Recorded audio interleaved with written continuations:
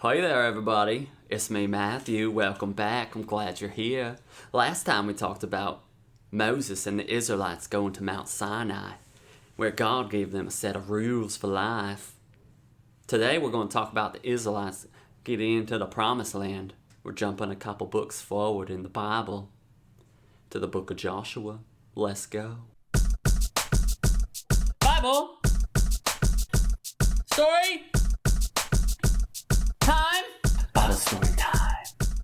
The Israelites and Moses leave Mount Sinai and go travel in the wilderness once more. Now the Israelites do what they do best, and they grumble and complain. In the book of Numbers, chapter 14, it says the Israelites rebelled against God, and rebelling is to go against. And this made God angry. Thankfully, Moses was there to intercede for the people again. God's punishment this time was that anybody who had been alive for the signs and miracles that God did in Egypt and in the wilderness would not be able to be in the Promised Land. This meant that the Israelites' kids were going to be the ones that were going to live in the Promised Land. There are two men who are exempt from this punishment because of their faith in God: Joshua and Caleb. This brings us to the book of Joshua. Moses is about to die, and he appoints Joshua as the leader of the Israelites. And in Joshua 1, God talks to Joshua and encourages him and says that I'm going to be with you just like I was with Moses. And I think one of the best promises in the Bible for us is here in Joshua chapter 1. Question: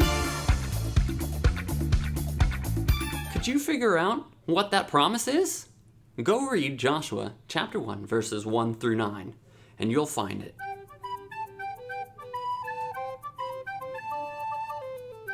The promise Joshua received from God was that God would be with him no matter where he went. And this promise is true for us as well. God will never leave us. I think in a world that is ever changing, ever moving and shifting, this promise is one of the best.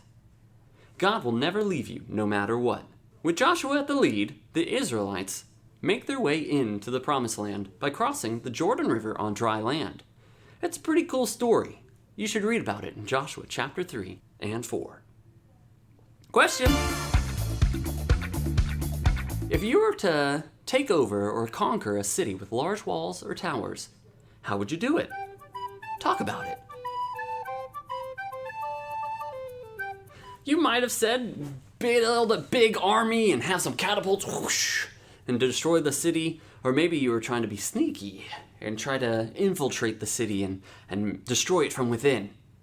And I'm sure the Israelite people had some of those same thoughts.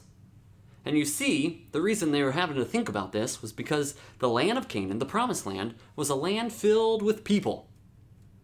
And they couldn't just go and live there, right? God had promised his people that he would be with them and help them reclaim the Promised Land.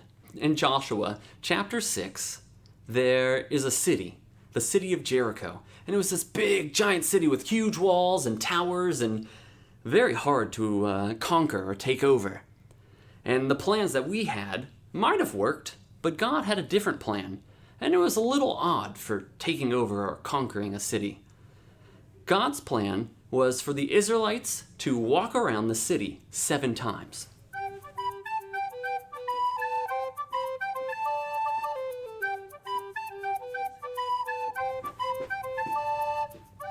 Seven times. And on the 7th day, to walk around it 7 times.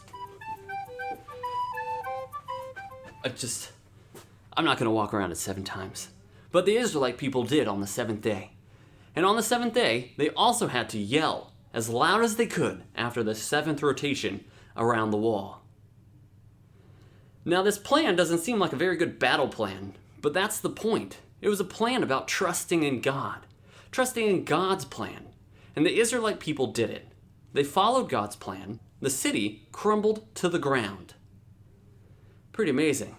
And my imagination goes a little crazy at this story, right? Like, you could just imagine the Israelites just walking around the wall, and the people on the city, like up on the walls, were like, what are these people doing? They're just walking. How's this going to affect our city? right? They're probably confused, and the people walking around, they're probably like, well, God told us to do it, so I guess this is going to work. They're probably a little confused too. I would have been.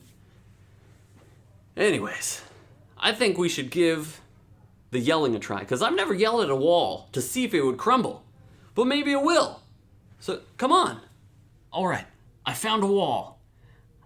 On the count of 3. Oh, with your parents' permission, of course. Just don't go be yelling at walls for no reason. All right, warning, I'm a pretty loud noise, but you should try along with me. Go find a wall. 3, 2, 1. Ah! Did it work for you? My wall's still intact. I guess it didn't work for me, but it did for the Israelites, and it must have been deafening. And the city crumbled. The rest of the book of Joshua is about the Israelite people going and conquering the promised land, the land of Canaan, and how God gives them odd battle plans at times in order for them to trust him. At the end of the book, the Israelites make a promise that they are going to follow God and obey him.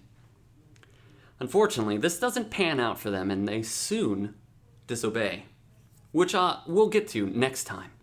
But a final thought for us today. Think about the promise given to Joshua. The promise that God will be with you wherever you go.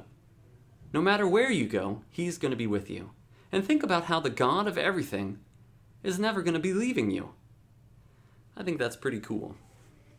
Talk about it with somebody you trust this week. And until next time, I'll see you later. Bye!